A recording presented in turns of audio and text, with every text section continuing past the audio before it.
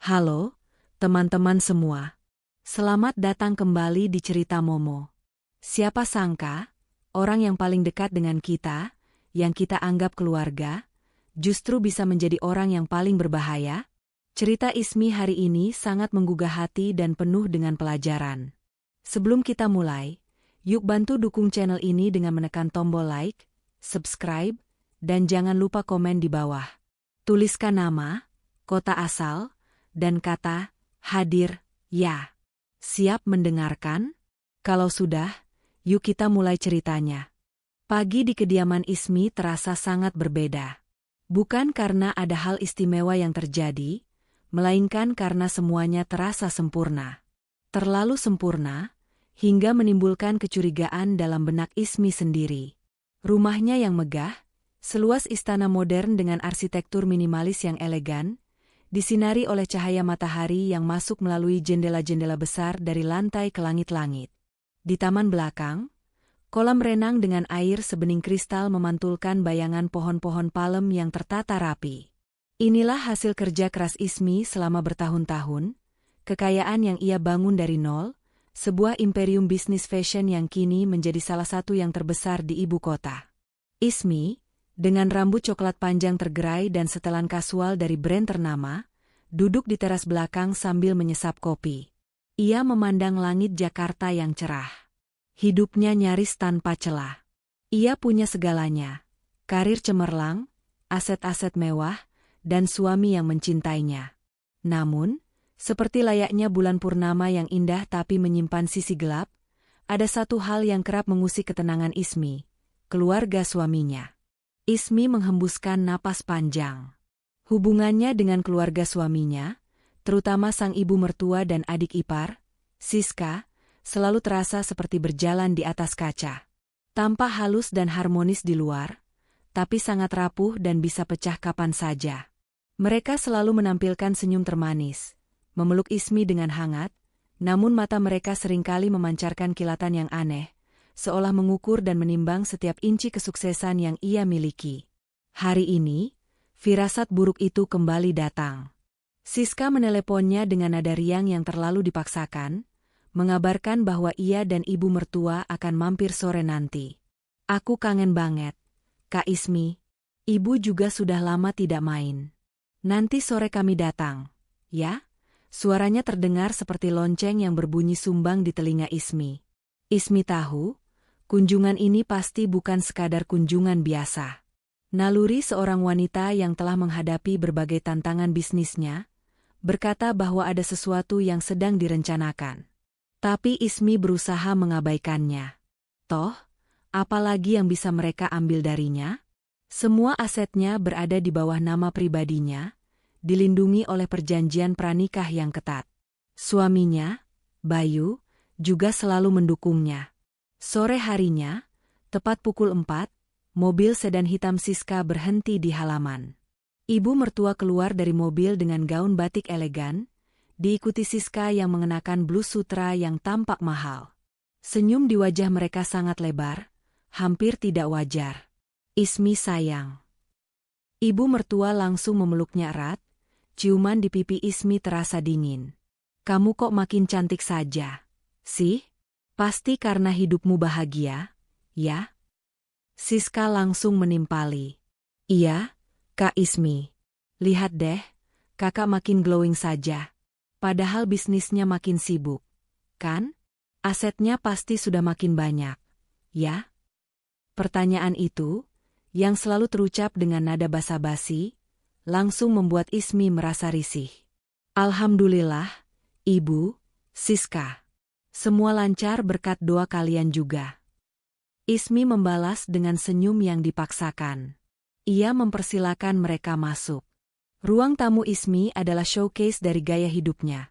Sofa-sofa bludru impor, lukisan-lukisan abstrak mahal di dinding, dan sebuah lampu kristal yang menggantung megah. Subhanallah, Ismi, rumahmu ini seperti hotel bintang 5.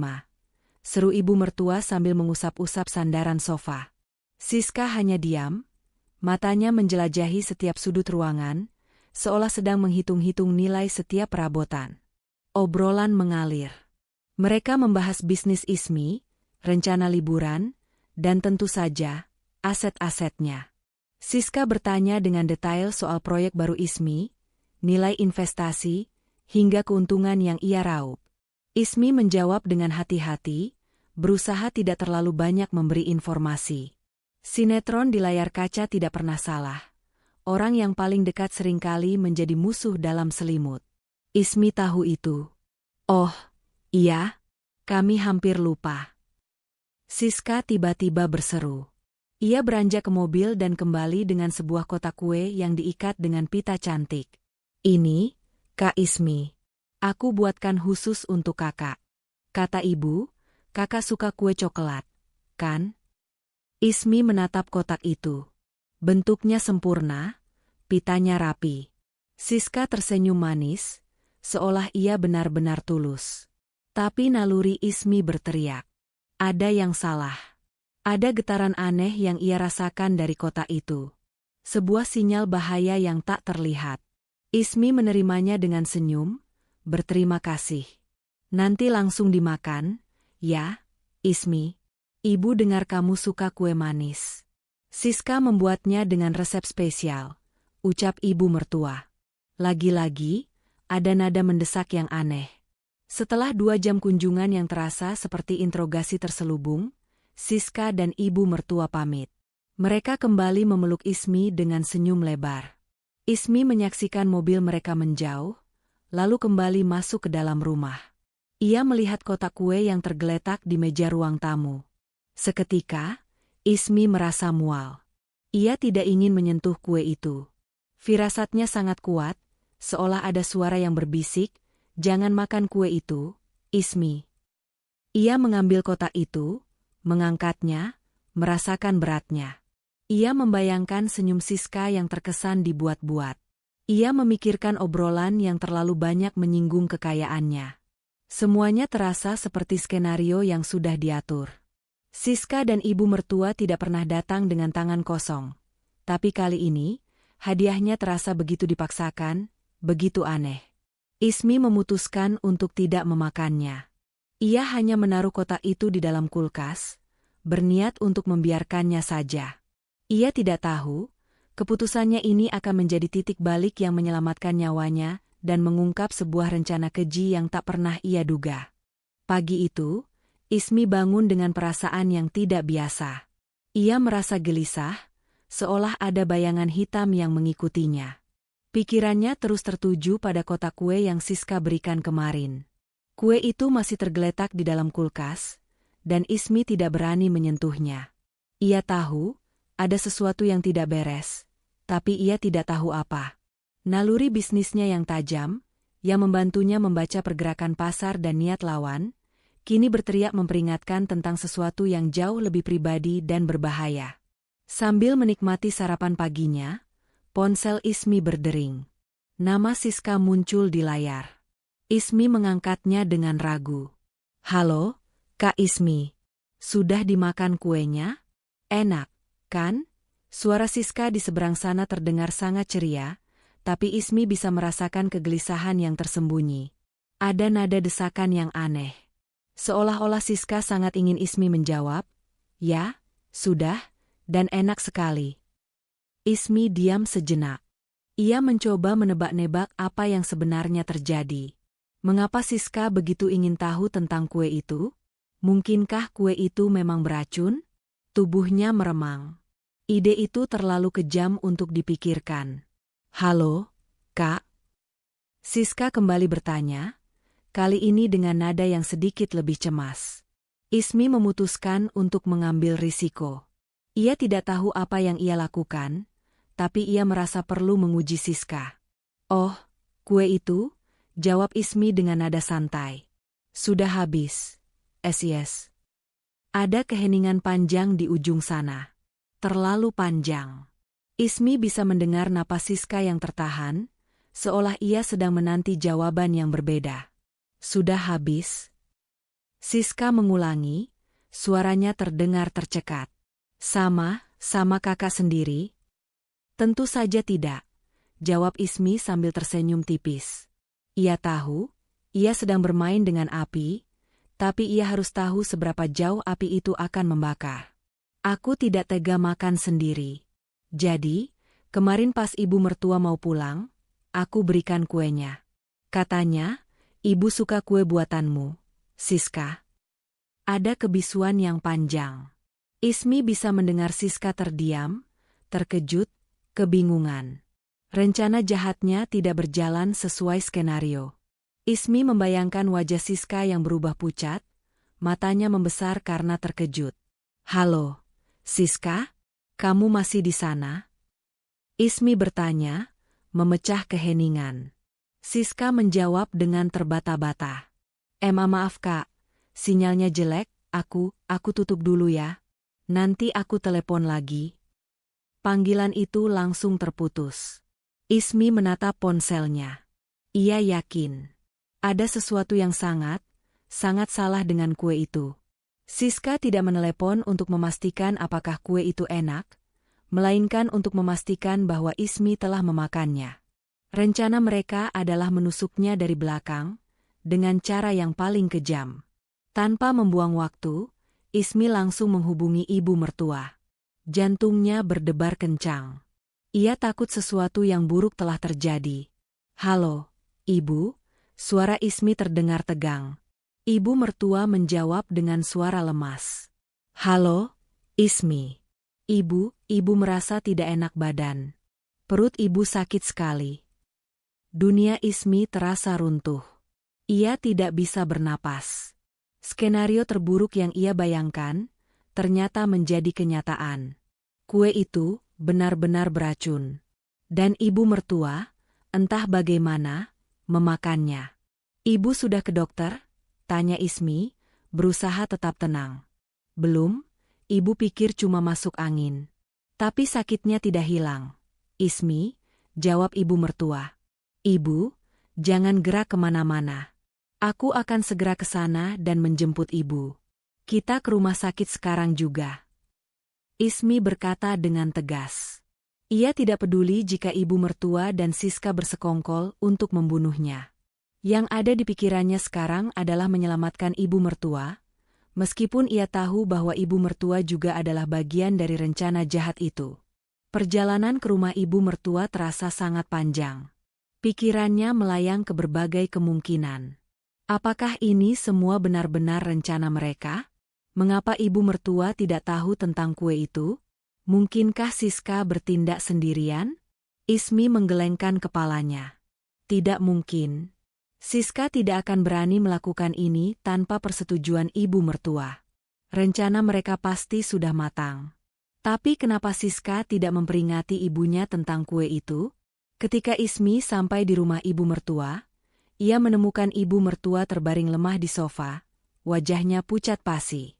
Ismi langsung membantunya ke mobil dan membawanya ke rumah sakit. Selama perjalanan, Ismi tidak mengucapkan sepatah kata pun. Hatinya dipenuhi dengan amarah, kesedihan, dan rasa sakit. Di rumah sakit, ibu mertua langsung ditangani. Ismi menunggu dengan gelisah di luar ruang perawatan. Beberapa saat kemudian, dokter keluar dan menjelaskan bahwa ibu mertua mengalami keracunan makanan. Untungnya, tidak parah. Sepertinya dosisnya tidak terlalu tinggi, ujar dokter. Ismi menghembuskan napas lega. Ibu mertua masih bisa diselamatkan. Tapi Ismi tahu, ini bukanlah akhir. Ini hanyalah permulaan. Ia tidak akan membiarkan mereka lolos begitu saja. Ia akan membuat mereka menyesal. Ruang tunggu rumah sakit terasa sangat dingin, seolah-olah suhu udara sebanding dengan rasa curiga yang membeku di hati Ismi. Setelah dokter menjelaskan bahwa ibu mertua mengalami keracunan makanan, Ismi merasa seperti tersambar petir. Kata-kata dokter, yang seharusnya menenangkan, justru terdengar seperti pengumuman yang mengagetkan. Beruntung dosis racunnya tidak terlalu tinggi, kalimat itu terus terngiang-ngiang. Racun. Bukan sekadar makanan basi. Kata itu begitu kejam, begitu dingin, dan begitu nyata. Ismi duduk di kursi ruang tunggu, memandangi pintu ruang perawatan tempat ibu mertua terbaring. Wajahnya tetap tenang, tapi di dalam benaknya, kepingan-kepingan puzzle mulai berserakan, Dan kini, satu persatu, kepingan itu menyatu membentuk sebuah gambar yang mengerikan. Senyum manis Siska saat memberikan kue itu. Nada suaranya yang memaksa saat meneleponnya tadi pagi. Dan yang paling mengejutkan, fakta bahwa ibu mertua makan kue itu, padahal itu adalah bagian dari rencana untuk membunuhnya. Napas Ismi tercekat. Ia sadar, ini bukan hanya sekadar kecemburuan biasa. Ini adalah sebuah skenario pembunuhan yang disusun rapi, dengan dalih hadiah yang tulus. Mereka ingin menusuknya dari belakang, dengan cara yang paling kejam. Tapi ada satu hal yang tidak mereka duga. Ismi tidak memakan kue itu, dan ia malah memberikan kue itu kepada ibu mertuanya sendiri. Rencana mereka terlalu sempurna, hingga lupa memperhitungkan variabel kecil. Siska terlalu panik setelah tahu Ismi memberikan kue itu ke ibu mertua, sehingga ia tidak sempat memberitahu ibunya untuk tidak memakannya. Rencana jahat itu kini berbalik menghancurkan mereka. Ismi merasakan kemarahan yang membara di dalam dirinya. Ia memejamkan mata, mencoba menenangkan diri. Ia harus berpikir jernih. Ini bukan lagi soal persaingan, ini soal nyawa. Ia harus bertindak. Dan ia akan bertindak, tapi dengan cara yang jauh lebih cerdas dari apa yang mereka lakukan. Saat itu, pintu rumah sakit terbuka, dan Siska masuk dengan wajah penuh kekhawatiran yang dibuat-buat. Matanya langsung mencari Ismi. Saat melihat Ismi berdiri tegak, tak kurang satu pun, ekspresi lega yang hampir tak terlihat melintas di wajahnya. Namun, rasa lega itu langsung berubah menjadi ketakutan saat ia melihat Ismi menatapnya dengan pandangan dingin dan menusuk. "Kak Ismi, bagaimana ibu? Ibu baik-baik saja, kan? Aku khawatir sekali." Siska langsung menghampiri Ismi, suaranya terdengar bergetar. Ismi tidak menjawab. Ia hanya menatap Siska lurus di mata, mencoba membaca setiap kebohongan di sana. "Dia baik-baik saja," jawab Ismi singkat. "Syukurlah. Aku tidak tahu kalau ibu akan makan kuenya." Siska menggigit bibirnya, kalimat itu terucap begitu saja, tak sengaja. Kalimat itu adalah pengakuan tanpa kata. Ismi tersenyum sinis. "Memangnya kenapa kalau ibu makan kuenya?" Siska langsung panik. Wajahnya memucat, matanya membesar. Tidak ada apa-apa. Maksudku, kan aku buatkan kue itu untuk kakak, bukan untuk ibu. Tapi ibu yang memakannya, SIS. Dan sekarang dia keracunan." Suara Ismi terdengar rendah, penuh ancaman. Siska terdiam 1000 bahasa. Ia tidak tahu harus menjawab apa. Rencananya terbongkar. Ismi sudah tahu. Keheningan yang panjang dan mencekam itu adalah bukti nyata dari kejahatan mereka. Siska tahu, permainan sudah selesai. Ismi membalikkan badan, berjalan menjauh dari Siska. Ia tidak perlu lagi bertanya. Kebisuan Siska sudah menjawab semuanya. Ismi tahu, ia tidak bisa membiarkan ini. Mereka ingin membunuhnya, dan mereka hampir berhasil. Beruntung nalurinya mencegahnya memakan kue itu. Pikirannya langsung beralih ke rencana selanjutnya. Ia tidak akan gegabah. Ia akan bermain di level yang lebih tinggi. Pertama, ia harus mengumpulkan bukti. Ia akan meminta bantuan orang terpercayanya, seorang ahli forensik swasta, untuk menguji sisa kue itu di laboratorium. Ia juga akan menghubungi teman-temannya di bidang teknologi untuk melacak riwayat komunikasi antara Siska dan ibu mertua. Ismi menyentuh dompetnya. Ia tahu, uang dan kekuasaan tidak bisa membeli kebahagiaan. Tapi kali ini, uang dan kekuasaan akan menjadi alatnya untuk menuntut keadilan. Ia akan memastikan Siska dan ibu mertua mendapatkan balasan yang setimpal. Ia kembali menatap Siska, yang masih berdiri membeku di tempatnya, menatapnya dengan tatapan penuh ketakutan dan penyesalan. Mata Siska seolah memohon, meminta belas kasihan, tapi Ismi tidak akan membiarkan dirinya jatuh dalam jebakan itu lagi. Ia tahu, air mata yang Siska tunjukkan hanyalah air mata penyesalan karena rencananya gagal, bukan karena ia menyesal telah berbuat jahat.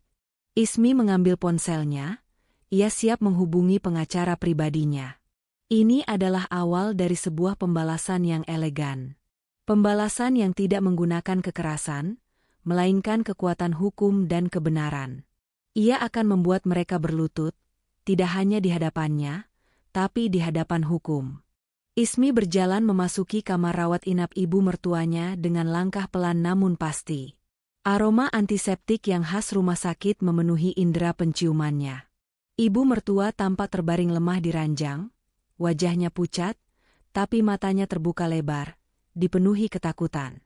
Di sisi ranjang, Siska duduk dengan kepala tertunduk, tangannya menggenggam erat tangan ibunya, seolah mencari perlindungan. Keduanya menatap Ismi dengan pandangan yang sulit diartikan. Ada rasa bersalah, rasa takut, dan sedikit rasa benci karena rencana mereka gagal. Ismi tidak langsung berbicara. Ia mengambil kursi, duduk di seberang ranjang, dan memandang kedua wanita itu secara bergantian. "Bagaimana keadaan ibu?" tanyanya dengan suara tenang, terlalu tenang. Nada suaranya yang lembut terasa lebih dingin daripada es, membuat Siska dan ibu mertua merinding. "Dokter bilang ibu baik-baik saja, hanya keracunan makanan," jawab Siska dengan suara bergetar. Ia mencoba tersenyum, tapi senyum itu hanya bertahan sesaat dan langsung luntur. Ismi mengangguk pelan. "Ya, keracunan. Dari kue yang kau kirim kemarin, Siska." Ruangan itu hening seketika. Siska langsung mengangkat kepalanya, matanya membelalak kaget. Ibu mertua menelan ludah dengan susah payah. Ekspresi di wajah mereka adalah konfirmasi yang paling jelas. Mengapa kalian berdua begitu terobsesi dengan hidupku?" tanya Ismi, tidak ada kemarahan dalam suaranya, hanya kekecewaan yang mendalam. "Apa salahku? Kalian adalah keluargaku. Kalian seharusnya melindungiku, bukan ingin membunuhku." Siska hendak membela diri, tapi ibu mertua, yang sudah tidak tahan dengan beban rahasia itu, menggenggam tangan Ismi. "Ismi, maafkan kami, maafkan ibu." Air mata mulai mengalir deras di pipinya. "Maaf untuk apa, Bu?" tanya Ismi, wajahnya tanpa ekspresi. "Maaf karena niat kalian membunuhku, atau maaf karena kalian gagal?" Kalimat itu seperti pisau yang menusuk jantung ibu mertua. Ia mulai menangis sesenggukan. Siska mencoba menenangkan ibunya, tapi ibu mertua sudah tidak bisa menahannya lagi. "Ismi, ibu iri," katanya dengan suara bergetar. "Ibu iri dengan semua yang kamu punya. Kamu punya segalanya. Harta, kecantikan, bisnis yang sukses. Sementara kami harus hidup dalam bayanganmu." Ismi mendengarkan, hatinya terasa seperti diremas. "Apa yang kalian rencanakan?" tanyanya. "Mengapa ibu makan kuenya?" Ibu mertua menoleh ke arah Siska dengan tatapan penuh tuduhan. Siska langsung tertunduk, tidak berani menatap ibunya. Kami sudah merencanakan ini sejak lama, Nak," ibu mertua mulai bercerita. "Kami berencana membuatmu lumpuh, lalu mengambil semua asetmu. Kami tahu kamu tidak akan bertahan lama, dan kami akan mengatur semuanya agar terlihat seperti kecelakaan. Kami sudah menyiapkan dokumen, kami bahkan sudah menyusun rencana untuk mengalihkan asetmu ke nama kami." Ismi terdiam. Ia tidak bisa membayangkan kejahatan sebesar ini. "Tapi, kenapa? Aku kan sudah berbagi dengan kalian," ucap Ismi, mengingat semua hadiah mahal yang pernah ia berikan, semua bantuan finansial untuk Siska dan keluarganya. "Itu tidak cukup." Siska tiba-tiba berseru. "Kau selalu di atas. Selalu menjadi yang terbaik. Semua orang memujimu. Kau bahkan mengambil Bayu dariku. Dia harusnya menikah denganku, bukan denganmu." Mata Ismi melebar. Pengakuan Siska terlalu mengejutkan. Ia tidak pernah tahu bahwa ada cinta segitiga di antara mereka. Ternyata, bukan hanya harta yang menjadi motif mereka, tapi juga cinta. "Ibu dan Siska, kami pikir dengan menyingkirkanmu, kami akan mendapatkan semua yang kamu punya. Harta, dan juga Bayu," ibu mertua menambahkan, suaranya dipenuhi dengan rasa putus asa. Rencananya, Siska akan memberimu kue itu, dan setelah kau memakannya, dia akan memanggil dokter untuk memeriksa keracunan makanan. Kami sudah menyiapkan semuanya. Tapi rencana itu berantakan. Ibu. Siska memohon dengan air mata di pipi. Aku sudah coba menghubungi ibu. Tapi teleponmu tidak bisa dihubungi. Aku sudah coba memperingatkan ibu untuk tidak memakan kue itu. Ibu mertua menoleh ke arah Ismi. Kami sudah bersekongkol. Nak, kami ingin membunuhmu. Tapi Siska, dia belum sempat memberitahu ibu tentang racunnya, karena kau sudah lebih dulu menelepon. Ibu mertua memandang Siska dengan tatapan terluka. Kau bahkan rela mengorbankan ibumu sendiri, Siska. Siska terisak. Ia tidak bisa membantah.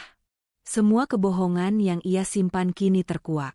Ia merasa sangat malu dan bersalah. Ismi bangkit dari kursinya. Ia tidak bisa lagi berada di ruangan itu. Hatinya hancur.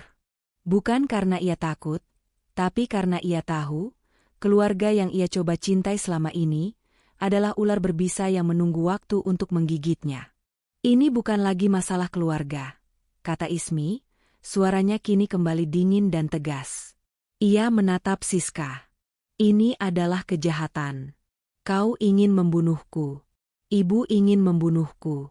Aku tidak akan memaafkan kalian. Kalian akan mendapatkan balasan yang setimpal. Ismi berbalik, meninggalkan kamar itu. Ia mendengar isak tangis Siska dan ibu mertua di belakangnya, tapi ia tidak menoleh. Di luar pintu kamar, ia langsung mengambil ponselnya. Ia akan menghubungi pengacaranya. Waktunya untuk bertindak. Waktunya untuk menuntut keadilan. Tentu, mari kita lanjutkan kisah Ismi. Bab 5, Pengakuan di rumah sakit.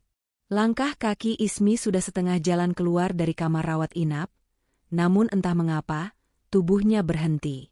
Bukan karena ia ragu, melainkan karena ada dorongan kuat di dalam dirinya yang menuntut jawaban yang lebih lengkap. Ia tidak ingin mendengar pengakuan yang setengah-setengah.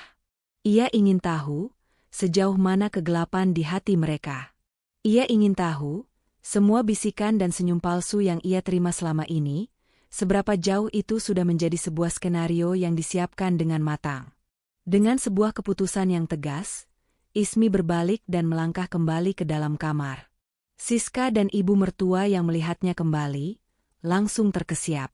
Wajah mereka yang sudah basah oleh air mata, kini dipenuhi ketakutan yang lebih dalam.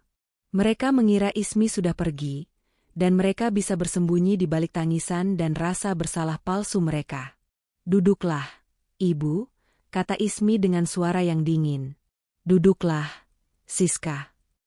Kedua wanita itu menuruti perintah Ismi, seperti boneka yang digerakkan oleh tali. Mereka duduk di kursi dengan kepala tertunduk, seolah tidak berani menatap mata Ismi.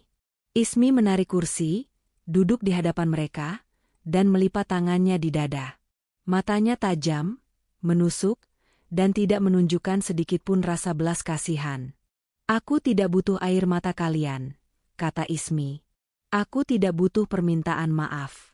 Aku hanya butuh kebenaran. Ceritakan semuanya.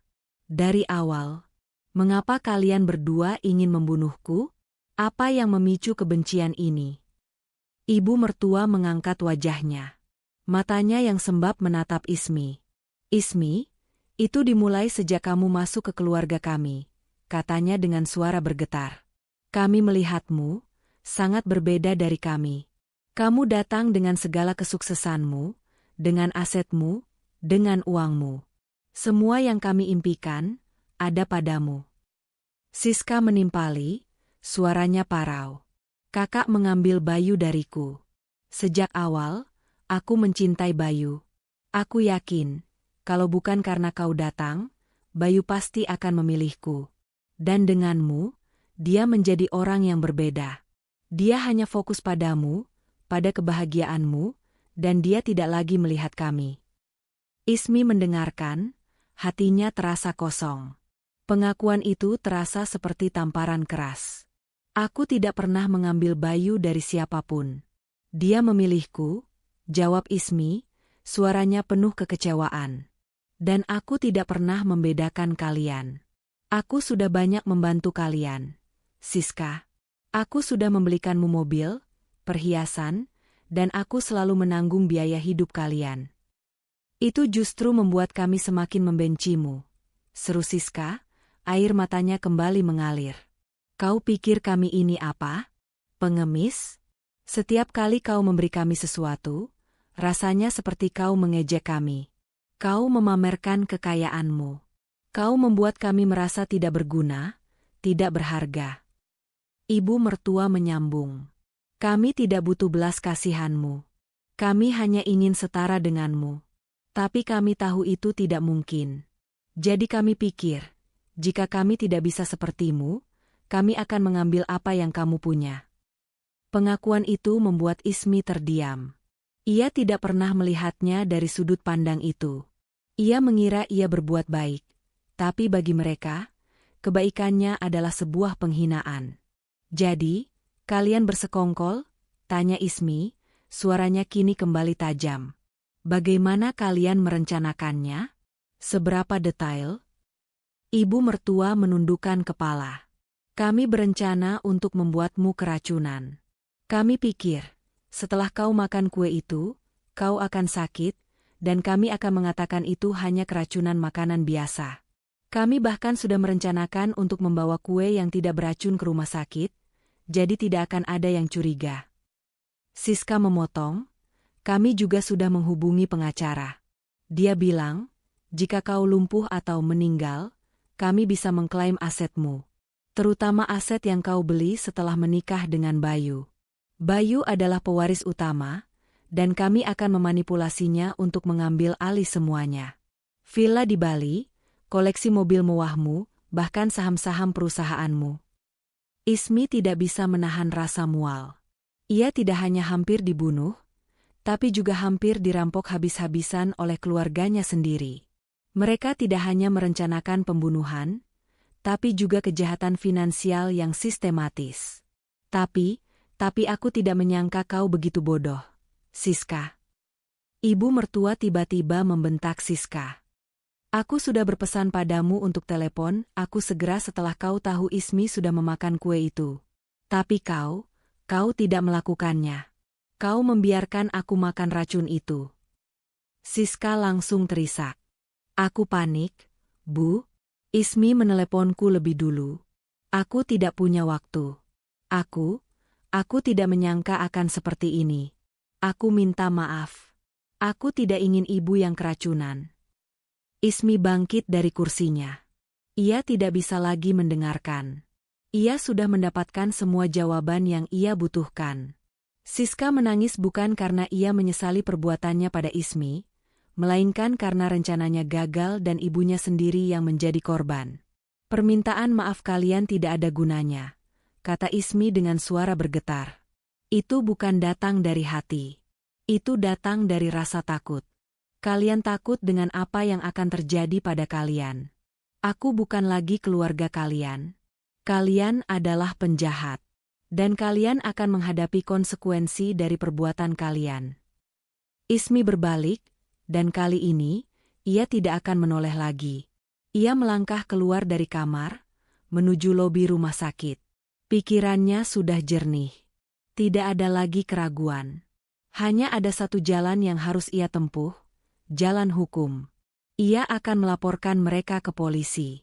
Semua bukti yang ia kumpulkan, semua pengakuan yang ia dengar, akan ia gunakan untuk memastikan mereka mendapatkan balasan yang setimpal. Kisah ini bukan lagi soal keluarga, tapi soal kejahatan, dan keadilan harus ditegakkan. Ismi keluar dari rumah sakit, meninggalkan Siska dan ibu mertua dalam keheningan yang penuh dengan tangisan penyesalan yang terlambat.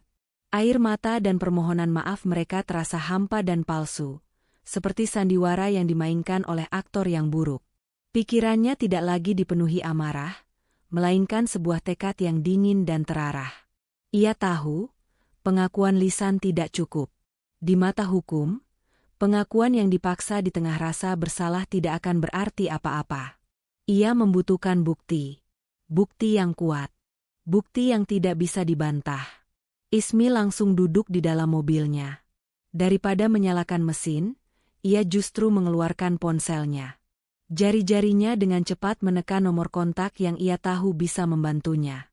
Nomor pertama adalah milik seorang ahli forensik swasta yang sangat profesional, yang pernah membantunya dalam kasus sengketa bisnis. "Halo, Rudy," sapanya, suaranya tenang. "Aku butuh bantuanmu segera. Ini sangat penting. Aku punya sampel kue yang perlu diuji. Aku butuh laporan yang akurat, seakurat mungkin."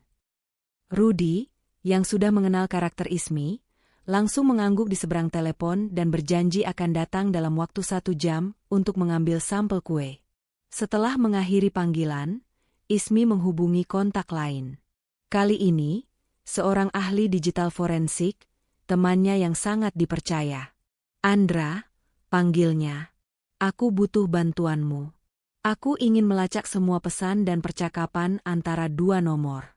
Aku ingin semua yang mereka bicarakan dari beberapa bulan terakhir. Fokus pada kata kunci, kue, rencana, aset, dan Ismi." Andra, seorang ahli yang cerdik dan sangat efisien, mengangguk tanpa bertanya banyak. Ia hanya meminta Ismi mengirimkan nomor ponsel Siska dan ibu mertua. Ismi mengemudikan mobilnya pulang. Selama perjalanan, ia tidak memutar musik. Pikirannya hanya terfokus pada satu hal, keadilan. Sesampainya di rumah, Ismi mengambil kotak kue yang tergeletak di kulkas. Ia memandang kotak itu. Sebuah hadiah yang seharusnya penuh cinta, ternyata dipenuhi niat jahat. Ia memasukkan sisa kue itu ke dalam kantong plastik khusus. Ia juga mengambil ponsel lama Siska dan ibu mertua yang kebetulan masih ada di rumahnya. Ia ingat pernah membelikan mereka ponsel baru beberapa bulan lalu. 1 jam kemudian, Rudy tiba. Ia mengambil sampel kue dengan sarung tangan dan membawanya ke laboratoriumnya. "Akan saya kabari secepatnya," janjinya. Ismi menunggu dengan sabar.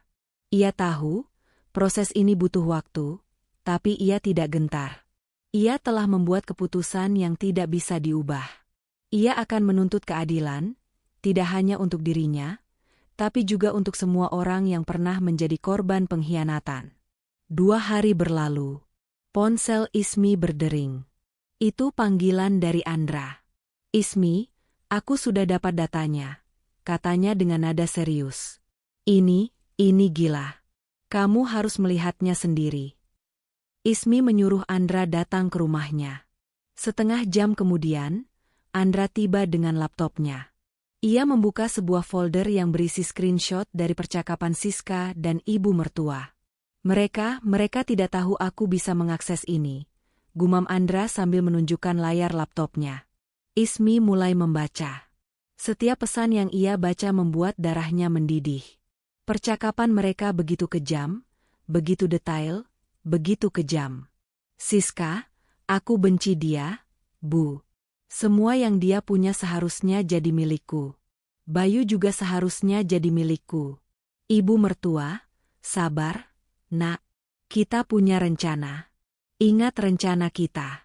Kita akan ambil semuanya. Harta dan juga Bayu. Ada juga percakapan tentang aset-asetnya. Ibu mertua, pengacara bilang, setelah dia tiada, kita bisa mengalihkan aset-asetnya. Aku sudah siapkan dokumennya. Yang paling utama villa di Bali, itu yang paling mahal. Siska, aku juga ingin mobil Lamborghini-nya, Bu. Itu harus jadi milikku." Ismi membaca semuanya dengan hati yang hancur. Mereka tidak hanya iri, mereka telah merencanakan semuanya dengan hati-hati dan penuh perhitungan. Mereka bahkan telah menyiapkan dokumen-dokumen palsu. Lalu, Ismi sampai pada bagian yang paling mengerikan. Percakapan tentang kue itu. "Siska, aku sudah campur obat tidur dosis tinggi di dalam kue, Bu. Itu akan membuatnya tidak sadar, dan besok aku akan meneleponnya. Setelah dia memakannya, kita akan bilang ke Bayu kalau dia jatuh di kamar mandi. Ibu mertua, bagus, Nak. Kita akan mendapatkan semuanya." Aku tidak sabar. Mata Ismi memanas. Pengkhianatan ini begitu dalam, begitu dingin. Tidak lama kemudian, Rudi menelepon. Ismi, laporan forensiknya sudah selesai, katanya dengan suara tegang. Kue itu mengandung talium. Dosisnya cukup untuk membunuh. Ini bukan keracunan makanan biasa. Ini percobaan pembunuhan. Ismi menghela napas panjang. Terima kasih, Rudi. Ia menatap layar laptop Andra, lalu ke arah laporan forensik di tangannya. Pengakuan lisan Siska dan ibu mertua kini didukung oleh bukti fisik dan digital yang tidak bisa dibantah. Rasa sakit di hatinya berubah menjadi api. Api untuk menuntut keadilan. Ismi menyuruh Andra mencetak semua percakapan itu. Ia mengumpulkan semua bukti di atas meja. Laporan forensik, sisa kue dalam kantong plastik, dan lembaran-lembaran percakapan yang dicetak. Ia tidak lagi melihat Siska dan ibu mertua sebagai keluarga. Mereka adalah penjahat. Dan Ismi akan memastikan mereka akan mendapatkan balasan yang setimpal. Ini bukan lagi soal keluarga yang rusak, tapi soal kejahatan serius yang harus diadili. Malam itu, Ismi duduk sendirian di ruang kerja rumahnya yang sunyi. Laptopnya masih menyala, menampilkan ratusan pesan antara Siska dan ibu mertua. Di sampingnya, laporan forensik tergeletak, sebuah kertas dingin yang berisi kata-kata mematikan, talium. Bukti-bukti yang ia kumpulkan begitu kuat dan tak terbantahkan. Namun kini, bukti-bukti itu menjadi beban yang amat berat. Ruangan yang biasa menjadi tempatnya mengambil keputusan bisnis yang cerdas, kini menjadi medan perang batinnya sendiri. Pilihan yang ada di hadapannya bukanlah pilihan yang mudah. Pilihan antara memaafkan atau menuntut keadilan. Pilihan antara melindungi nama baik keluarga yang ingin menghancurkannya, atau melindungi dirinya sendiri dan memastikan kejahatan tidak terulang. Hatinya terbelah. Di satu sisi, ia ingin menuntut keadilan. Ia ingin Siska dan ibu mertua merasakan balasan atas perbuatan mereka. Mereka tidak hanya mencoba membunuhnya, tapi mereka juga telah merencanakan untuk merampas semua yang ia bangun dengan darah dan air mata. Namun, di sisi lain, ia memikirkan suaminya, Bayu. Ia mencintai Bayu lebih dari segalanya. Ia tahu, jika ia melanjutkan ke jalur hukum, Bayu akan hancur. Bayu akan berada di posisi yang tidak mungkin. Ia harus memilih antara istri yang dicintainya dan ibu, serta saudara perempuan yang telah mengkhianatinya. Ismi tahu, jika ia melaporkan mereka ke polisi, itu akan menjadi pukulan telak bagi Bayu. Ia bisa melihat rasa sakit di mata suaminya, dan rasa sakit itu terasa lebih menyakitkan daripada pengkhianatan itu sendiri. Tiba-tiba, pintu terbuka. Bayu masuk, wajahnya tampak lelah. Ia baru saja pulang dari perjalanan bisnis. Ismi, kok belum tidur? Kamu kenapa? Ada apa? Tanyanya. Bayu melihat tumpukan kertas di meja, termasuk laporan forensik yang mengerikan. Ismi tidak tahu harus mulai dari mana. Ia hanya bisa menatap mata Bayu, mata yang dipenuhi cinta, tapi akan segera dipenuhi rasa sakit. Ia menghela napas panjang. Duduk, Bayu. Ada yang harus aku ceritakan, katanya, suaranya bergetar. Ismi mulai bercerita. Dari kunjungan Siska dan ibu mertua, kue yang mencurigakan, telepon Siska yang penuh desakan, hingga akhirnya ibu mertua yang masuk rumah sakit karena keracunan. Bayu mendengarkan dengan seksama, ekspresi wajahnya berubah dari rasa ingin tahu menjadi kebingungan. Namun, saat Ismi menceritakan tentang percakapan yang ia dengar di rumah sakit, wajah Bayu menjadi pucat. Nggak mungkin. Ibu dan Siska nggak mungkin melakukan itu. Gumamnya, tidak percaya. Ismi mengambil laptopnya, memutar layar ke arah Bayu. Ia menunjukkan semua pesan yang telah dicetak. Percakapan mereka tentang racun, tentang aset-asetnya, tentang Bayu sendiri. Ismi juga menunjukkan laporan forensik yang membuktikan bahwa kue itu benar-benar mengandung racun. Bayu membaca setiap kata, setiap kalimat. Matanya membelalak, wajahnya memucat, tangannya bergetar. Ini tidak mungkin. Bayu bergumam, air mata mulai mengalir di pipinya. Mereka tidak akan pernah mencoba membunuhmu, Ismi. Mereka hanya iri. Mereka tidak benar-benar serius. Mereka serius, Bayu. Ini bukan lagi soal iri hati. Ini percobaan pembunuhan. Lihat ini, kata Ismi sambil menunjuk laporan forensik. Mereka merencanakan ini dengan sangat matang. Mereka bahkan sudah menyiapkan dokumen untuk mengambil alih semua yang aku punya. Bayu menutupi wajahnya dengan kedua tangannya, tubuhnya bergetar. Suaminya yang selalu kuat, kini terlihat begitu rapuh dan hancur. Kenapa mereka tega? Isaknya. Setelah beberapa saat, Bayu mengangkat wajahnya. Matanya memohon. Ismi, kumohon. Jangan laporkan mereka. Ini adalah keluarga kita. Kita bisa menyelesaikan ini secara internal. Kita bisa minta mereka pergi jauh. Aku akan mengurusnya. Hati Ismi sakit melihat Bayu seperti itu. Ia tahu Bayu mencintai ibu dan adiknya. Tapi ia juga tahu, ia harus melindungi dirinya sendiri. Bayu, aku tidak bisa, jawab Ismi dengan tegas. Aku tidak bisa membiarkan ini. Aku tidak bisa hidup dalam ketakutan. Jika aku memaafkan mereka sekarang, apa jaminannya mereka tidak akan mencoba lagi? Aku hampir kehilangan nyawaku. Ini bukan lagi masalah keluarga. Ini adalah kejahatan. Ini adalah percobaan pembunuhan. Mereka harus bertanggung jawab atas perbuatan mereka. Bayu menatap Ismi, matanya dipenuhi dengan keputusasaan. Ia tahu, Ismi benar. Tapi ia tidak bisa menerima kenyataan bahwa ibunya dan adiknya adalah penjahat. Ia berada di antara dua pilihan yang sama-sama menyakitkan. Aku akan mendukungmu, Bayu, kata Ismi dengan lembut. Tapi aku harus menempuh jalur hukum. Ini satu-satunya cara. Aku harus melaporkan mereka. Bayu memejamkan mata, menghela napas panjang. Ia tahu Ismi adalah wanita yang kuat dan cerdas. Dan ia tahu, Ismi mengambil keputusan ini bukan karena amarah, melainkan karena ia tahu itu adalah hal yang benar untuk dilakukan. Pada akhirnya, Bayu mengangguk pelan. Aku mengerti. Aku akan menemanimu. Mata Ismi berkaca-kaca. Ia tahu, Bayu telah memilihnya. Itu adalah pengorbanan terbesar yang bisa ia minta. Ia akan melangkah maju, dan ia tidak akan pernah menoleh ke belakang. Ia akan menuntut keadilan, tidak hanya untuk dirinya, tapi juga untuk Bayu, yang harus menanggung luka ini. Ismi menatap Bayu yang duduk di sampingnya.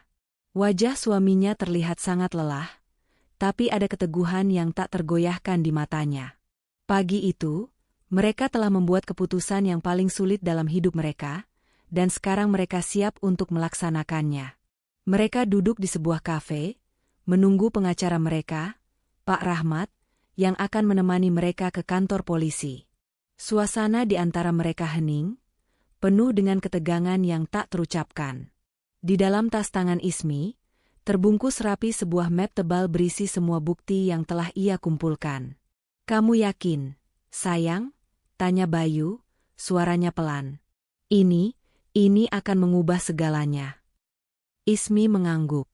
Aku yakin, Bayu, ini satu-satunya jalan. Kita harus melakukan ini. Ia menggenggam tangan Bayu erat. Terima kasih sudah menemaniku. Bayu membalas genggaman itu. Aku akan selalu menemanimu, Ismi. Tak lama kemudian, Pak Rahmat datang. Tanpa membuang waktu, mereka langsung menuju ke kantor polisi. Di sana, Ismi menceritakan seluruh kronologi kejadian, dari awal hingga akhir, di hadapan seorang penyidik. Pak Rahmat membantu Ismi menyampaikan laporannya dengan lugas dan terorganisir. Awalnya, penyidik itu mendengarkan dengan skeptis, seolah ini hanya drama keluarga biasa. Namun, ekspresi wajahnya berubah total saat Ismi membuka map dan menunjukkan bukti-bukti yang ada. Ismi mengeluarkan kantong plastik berisi sisa kue, yang masih disegel rapi. Ini adalah sampel kue yang saya berikan kepada ibu mertua saya. Kami sudah memeriksanya di laboratorium forensik swasta, kata Ismi. Ia lalu menyerahkan laporan dari laboratorium forensik. Di sini tertulis, kue ini mengandung racun talium dalam dosis yang mematikan. Mata penyidik itu membelalak kaget. Ia mengambil laporan itu dan membacanya dengan saksama. Wajahnya yang semula datar, kini tegang. Ia menyuruh Ismi untuk melanjutkan ceritanya. Ismi kemudian menyerahkan setumpuk lembaran kertas yang dicetak. Ini adalah bukti kedua. Semua ini adalah percakapan antara Siska dan ibu mertua saya. Mereka merencanakan percobaan pembunuhan ini dengan sangat matang. Penyidik itu mulai membaca pesan-pesan itu. Matanya menyapu setiap kata, setiap kalimat. Siska, aku benci dia, Bu. Semua yang dia punya seharusnya jadi milikku. Bayu juga seharusnya jadi milikku. Ibu mertua, sabar, nak. Kita punya rencana. Ingat rencana kita. Kita akan ambil semuanya. Harta dan juga Bayu. Ismi melihat penyidik itu menggelengkan kepalanya pelan, tidak percaya dengan apa yang ia baca.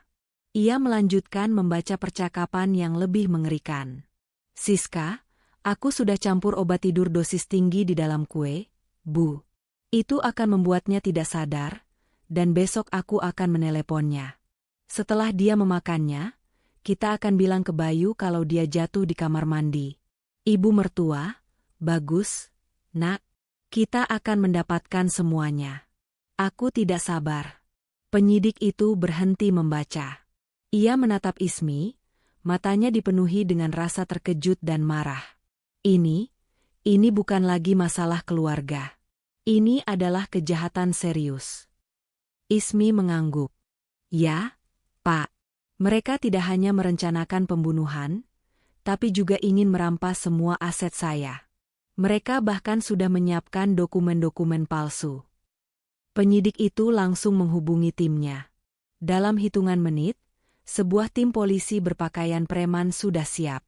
Mereka akan langsung menuju ke rumah sakit untuk menangkap Siska dan ibu mertua.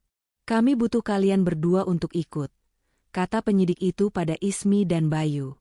Ini untuk konfrontasi.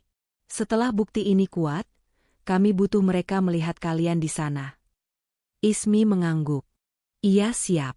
Ia akan menatap mereka, bukan dengan kebencian, melainkan dengan ketegasan seorang wanita yang menuntut keadilan. Perjalanan ke rumah sakit terasa seperti adegan dalam film.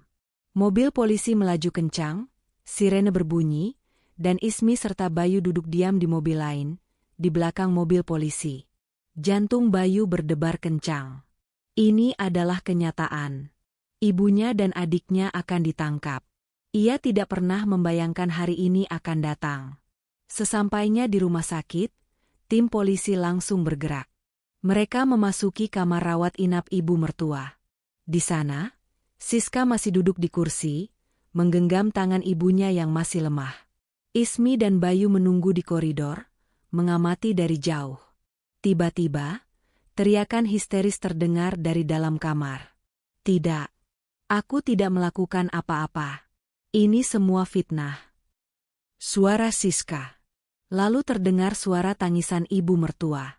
Bayu, anakku, tolong ibu. Ibumu difitnah. Siska dan ibu mertua dibawa keluar oleh polisi.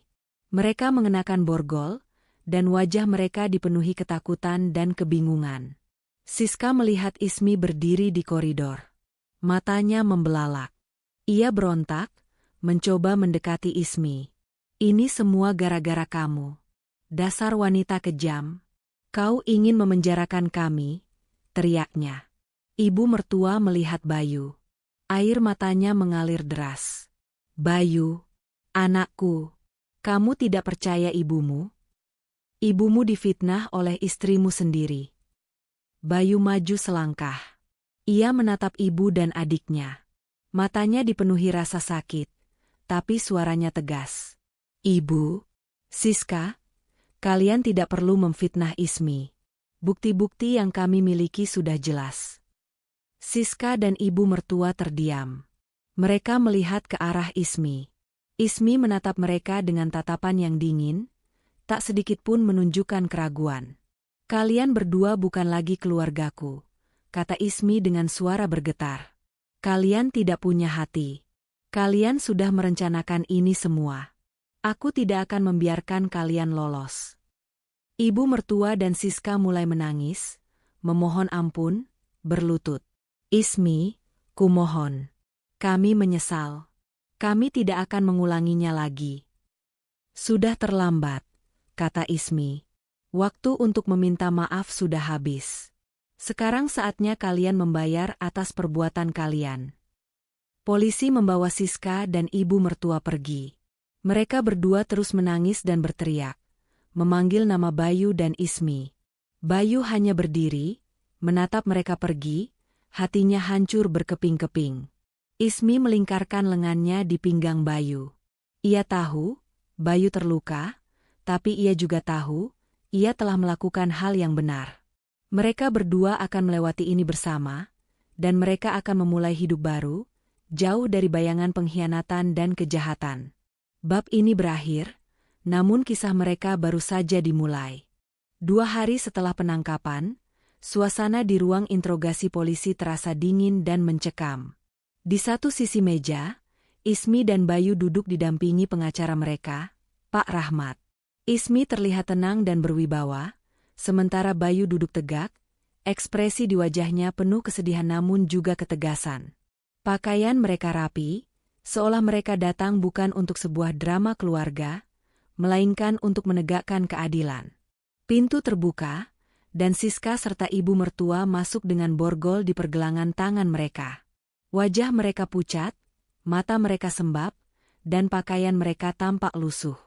Mereka terlihat tidak berdaya, jauh dari sosok licik dan sombong yang Ismi kenal. Ketika pandangan mereka bertemu dengan Ismi, Siska langsung menunduk, sementara ibu mertua mengangkat wajahnya, penuh dengan permohonan yang putus asa. Ismi. Bayu, maafkan ibu. Isa ibu mertua, suaranya parau. Ibu tidak bermaksud seperti ini. Seorang petugas polisi yang mendampingi mereka menyuruh mereka duduk di sisi lain meja. Ismi menatap mereka, tanpa ekspresi. Hatinya tidak lagi merasakan kemarahan, hanya kekosongan yang dalam. Ia sudah melalui fase itu. Kini yang tersisa hanyalah rasa lelah dan keinginan untuk mengakhiri semuanya. Kami tahu kami salah, kata Siska, air mata mulai mengalir deras di pipinya. Kami minta ampun, Kak Ismi, kumohon, cabut laporanmu. Kami tidak akan mengulanginya lagi. Ismi tidak bergeming. Ia hanya menatap mereka. Ini bukan permohonan maaf yang tulus, melainkan permohonan maaf yang lahir dari ketakutan. Mereka tidak menyesali perbuatan mereka menyesali akibatnya. Mereka takut akan hukuman yang akan menanti mereka. Mengapa kalian berdua melakukan ini? Tanya Bayu, suaranya bergetar. Kenapa kalian tega? Ibu mertua langsung menjawab dengan penuh air mata. Bayu, Ibu dan Siska tidak pernah menyangka akan sejauh ini. Kami hanya buta karena iri. Kami melihat hidup Ismi begitu sempurna, dan kami merasa hidup kami sangat tidak berguna. Kami tidak pernah sadar bahwa apa yang Ismi miliki adalah hasil kerja kerasnya. Kami hanya ingin hidup seperti dia, sambung Siska dengan terisak. Kami tidak tahu harus bagaimana lagi untuk keluar dari masalah finansial.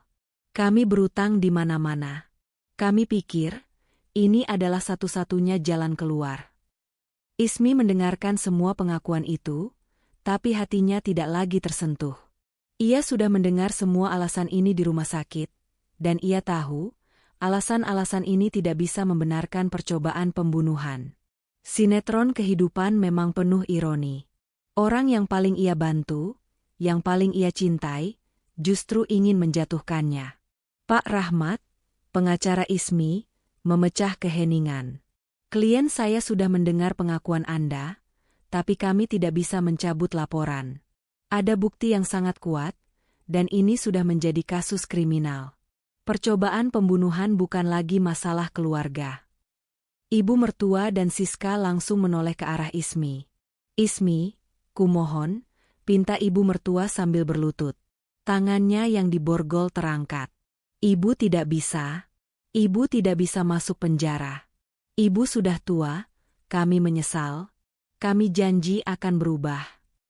Bayu melihat ibunya berlutut di hadapan istrinya. Hatinya hancur, tapi ia juga tahu Ismi benar. Mereka harus menanggung konsekuensi dari perbuatan mereka. Ibu, Siska, kata Ismi, suaranya lembut tapi penuh ketegasan. Dengarkan aku baik-baik.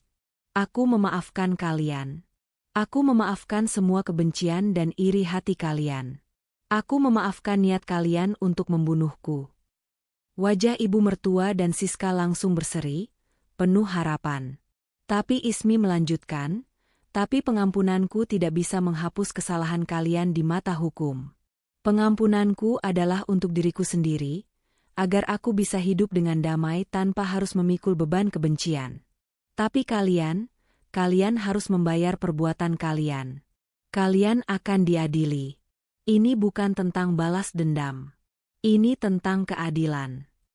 Seketika, ekspresi wajah Siska dan ibu mertua kembali dipenuhi keputusasaan. Mereka tahu, tidak ada lagi jalan keluar. Pintu telah tertutup. Ismi tidak bisa disuap dengan air mata dan permohonan yang terlambat. Ismi telah membuat keputusan. Meskipun hati Bayu terasa sakit, ia bangga dengan istrinya. Ismi tidak hanya menuntut keadilan, tapi ia juga menunjukkan kekuatan batin yang luar biasa. Ia tidak membiarkan emosinya menguasai dirinya. Ia bertindak dengan kepala dingin, dan ia membuktikan bahwa kejahatan tidak akan pernah menang. Ismi bangkit dari kursinya. Kami sudah selesai di sini, katanya pada Pak Rahmat. Ia menatap ibu mertua dan Siska untuk terakhir kalinya. Di mata mereka, ia melihat pantulan penyesalan yang pahit. Penyesalan bukan karena mereka menyakiti Ismi, tapi karena mereka gagal.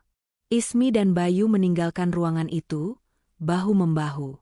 Mereka akan memulai hidup baru, bebas dari bayangan pengkhianatan dan kejahatan.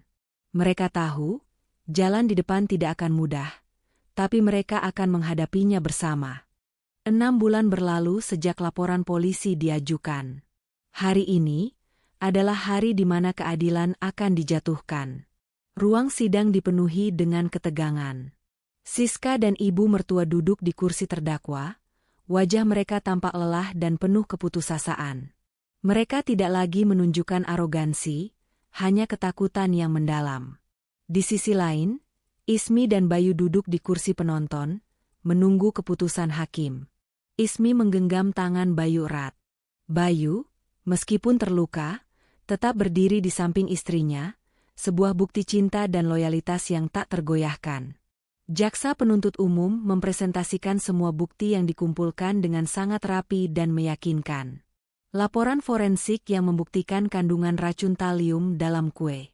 Semua percakapan pesan yang dicetak, yang secara gamblang memaparkan rencana keji mereka. Pengakuan yang mereka berikan di hadapan Ismi dan Bayu di rumah sakit. Semua itu tidak bisa dibantah. Pengacara yang ditunjuk untuk Siska dan ibu mertua tidak bisa berbuat banyak.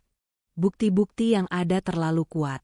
Setelah mendengarkan semua argumen, hakim mengambil keputusan. Berdasarkan bukti-bukti yang tidak terbantahkan, pengadilan memutuskan bahwa Siska dan terdakwa ibu mertua bersalah atas percobaan pembunuhan yang direncanakan. Perbuatan mereka tidak hanya keji, tapi juga menunjukkan niat jahat yang mendalam. Oleh karena itu, majelis hakim menjatuhkan hukuman penjara kepada Siska dan ibu mertua selama 10 tahun. Kata-kata itu bergaung di seluruh ruangan. Siska langsung pingsan, dan ibu mertua menangis histeris. Mereka tidak bisa menerima kenyataan bahwa mereka harus membayar mahal atas perbuatan mereka. Ismi hanya menatap mereka. Tidak ada senyum kemenangan, hanya rasa lega yang mendalam. Akhirnya, keadilan telah ditegakkan. Ia telah membela diri dan melindungi dirinya dari kejahatan. Setelah sidang selesai, Ismi dan Bayu pulang ke rumah. Perjalanan itu terasa jauh lebih ringan. Beban yang selama ini mereka pikul akhirnya terangkat. Mereka berdua tidak bisa menghapus kenangan pahit itu, tapi mereka tahu, mereka telah melakukan hal yang benar. Mereka telah memilih kebenaran di atas kebohongan, keadilan di atas pengkhianatan. "Kamu baik-baik saja, sayang?" tanya Bayu, menatap mata Ismi. Ismi mengangguk. "Aku baik-baik saja. Kamu?" Bayu tersenyum. "Aku juga. Terima kasih sudah tidak membiarkan mereka lolos begitu saja. Kamu benar. Ini adalah satu-satunya cara." Bayu memang terluka, tapi ia tidak lagi merasa sakit. Luka itu akan sembuh seiring waktu. Ia tidak pernah meragukan istrinya. Ismi adalah wanita yang kuat, dan ia telah membuktikannya. Ia tidak hanya melawan kejahatan, tapi ia juga menyelamatkan keluarganya dari kehancuran yang lebih dalam. Beberapa bulan kemudian, Ismi kembali fokus pada bisnisnya. Ia memperkuat sistem keamanan di perusahaannya, ia memperluas jaringan bisnisnya, dan ia menjadi lebih kuat dari sebelumnya. Ia belajar untuk tidak membiarkan orang lain mengikis kebahagiaannya. Ia tidak lagi membiarkan orang-orang dengan niat jahat masuk ke dalam lingkaran kehidupannya. Ismi dan Bayu memutuskan untuk pindah ke tempat lain.